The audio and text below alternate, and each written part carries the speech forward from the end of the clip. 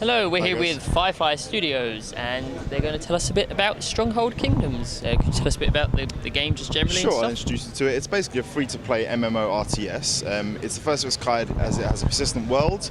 There's a ton of free-to-play games coming out these days, like Ghost Recon and War Mage and stuff like that. But we came about, did our open beta in November 2010, so we were one of the first sort of big, chunky free-to-play games that aren't just a Facebook game. Yeah. To come about, and yeah, we just sort of, we've hit, I think we're coming up to 1 million players. We launched on Steam, even though we're still in open beta, we launched on Steam in February, and we've been the second most played game, free-to-play game on Steam since then, so it's just been great, yeah. So it's an MMORTS, it's essentially the first Stronghold, a lot of the same gameplay and graphics from that game, put into a persistent world, and yeah, it's great. Try it out. Yeah, to try it out.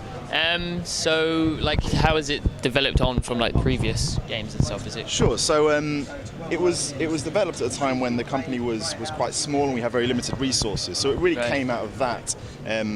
We saw the market for games like Travian and Tribal Wars and thought, okay, why don't we do something like that to appeal to those kind of people, but make a proper game out of it, make a meaty, chunky game with real customization where every screen doesn't look identical to the other one. Like if anyone's played Tribal Wars or Travian, I think you'll know it's quite like that.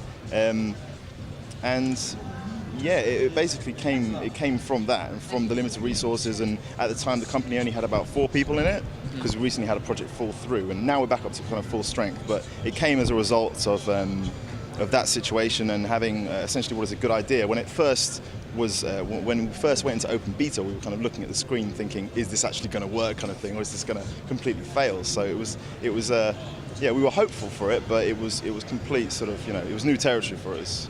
So yeah. So it's got like microtransactions in game.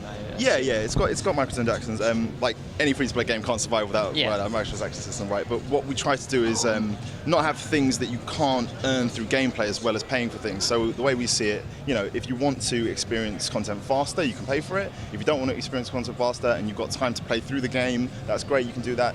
We have a card system, which is the main sort of purchasing element, and if you fulfill certain gameplay objectives, you can earn like 3 card packs a week, which most people survive on, and most people, because it's essentially PvP based, the whole game. You get 3 days of PvP purchasing right at the start, but then after that, it's sort of free reign, so anybody can destroy your castle anytime, and you need those kind of defenses from the cards you get. Right. So we give people essentially the things they can buy for free for playing the game a lot, so I think that balances it out. Yeah, it makes it sort of more fair and stuff. Yeah, exactly. You can't just have a game where sort of the big spenders just dominate, because it's just no fun for anybody. Yeah, I'm noticing in games where that does happen, it does sort of ruin it, really. Yeah. So it's in open beta at the moment, isn't it? It's an open beta, yeah. It's kind of like a Minecraft thing going on. We've had it open beta for some time now. We're looking to do a sort of GM release hopefully in the next couple of months, before the big Christmas drive. Because as a free-to-play game, you have to do things at certain times of the year to get noticed, because the big AAA releases all happen in like September, October. So we're hoping to do it in the next couple of months, but we feel like we just need a bit more polish, a bit more sort of noob-friendly kind of areas as well. It's great for people who are really experienced with the game, but we lose quite a lot of players right at the start, so we want to sort that out before we do a GM release. So yeah, hopefully in the next couple of months we'll do a full release. Is there any sort of updates planned? Yes, we've got quests coming in next month, I think. We've got 1 million players coming up soon, so we'll be doing a massive giveaway for that. At the moment, actually, if you log on to Stronghold Kingdoms and type in a code Rezzed, you'll get some free stuff this weekend, and I think it extends to next week as well. So yeah, we've got quests, we've got new sound effects, like I said, the polished stuff coming up. We've got other stuff to announce in the future that isn't related to Kingdoms, but not ready to say anything yet. Okay.